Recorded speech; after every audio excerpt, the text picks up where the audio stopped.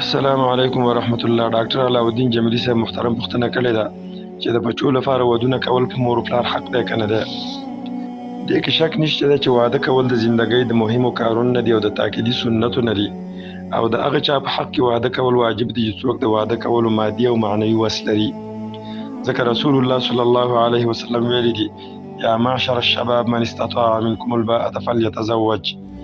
د ځوانانو ټولنې څوک چې په تاسو کې د واده کولو وس لري نو هغه د خامخا واده وکړي، ځکه د واده کولو سره نظر کنټرولېږي او فرج ورسره محفوظېږي. ومن لم یستطع فعلیه بالصوم فانه له وجاء. او څوک چې د واده کولو وس نه لري نو هغه باندې لازم دي چې هغه د روژې ونیسي، ځکه دا روژې نیول د ده دپاره د شهوت ماتول دي. نو دا حدیث دلیل دی چې واده کول د هغه چا په حق کې واجب دي چې هغه د واده کولو وس لري، ځکه په دې واده کې ډېر مصالح او فایدې دي. سړی ورسره محفوظېږي، د فتنو نه بچ کېږي او اولاد یې پیدا کېږي چې هغه هم د دې دپاره فایده ده. د ته به دعاګانې کوي، د ده د جنت ته داخلېدلو ذریعه جوړېږي او دغه شان د رسول الله صلی الله علیه وسلم د امت د زیاتېدلو ذریعه ده. او رسول الله صلی الله علیه وسلم دا ویلي دي چې تزوجوا الودود الولود فإني مکاثر بكم الامم یوم القیامه. تاسو د داسې ښځو سره ودونه وکړئ چې هغه مینه ناکي او بچي راوړي، ځکه تاسو باندې به زه د قیامت په ورځ باندې فخر کومه. او هر چې دا خبره ده چې د بچو واده کول په مور پلار باندې حق دی که نه دی، نو دا مسله د علماو ترمنځ اختلافي ده.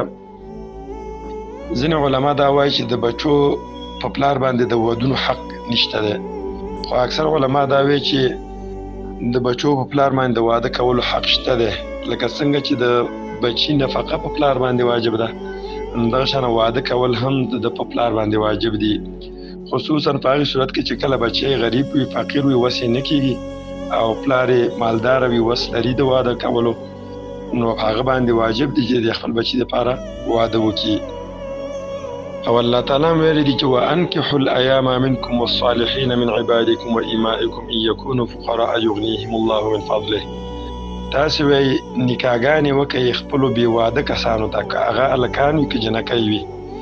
تفسیر قرطبي په خپل تفسیر کې وایي چې دې آیات کې خطاب دی اولیاو ته، یعنی مور و پلار ته خطاب دی چې تاسې خپلو بچو له ودونه وکړئ، نکاحګانې وله وکړئ، که هغه هلکان وي که جنکۍ وي. نو الله تعالی چې اولیاو ته خطاب کړی دی، په اولیاو باندې دا واجب دی چې خپلو بچو له ودونه وکړي. نو خلاصه دا ده چې کوم بچی غریب وي، هغه خپله د واده کولو وس نه لري او پلار یې وسدار وي، نو په پلار باندې واجب دی چې د خپل بچي لره واده وکړي او نکاح ورله وکړي. دغه شانه په هر مسلمان باندې دا لازم دی چې یو مسلمان د واده کولو وس نه کېږي نو دا خپل خیرات، صدقات او زکاتونه راواخلي او دغه غریب مسلمان له ورکړي چې هغه په ځان د نکاح وکړي، حلاله نکاح، نو دا هم غوره صدقه ده. او که د بچي خپله وس کېده د واده د کولو نو په هغه باندې خپله لازم او واجب دي چې ځان له خپله واده وکړي، ځکه الله تعالی ویل دي چې فانکحوا ما طاب لکم من النساء مثنى وثلاث ورباع. ځان لپاره نکاح وکړئ د هغې ښځو سره چې ستاسو دپاره حلال وي، د دوو ښځو سره واده وکړئ، دریو سره یې وکړئ، او که عدل او انصاف هم نشي کولی نو بیا په یو واده باندې اکتفا وکړئ، یوې ښځې سره نکاح وکړئ. او هغه حدیث هم په دلیل دی چې مخکې تېر شي یا معشر الشباب من استطاع منکم الباءة فلیتزوج. د ځوانانو ټولنې تاسو کې چې څوک د واده کولو وس لري نو هغه د خامخا واده وکړي.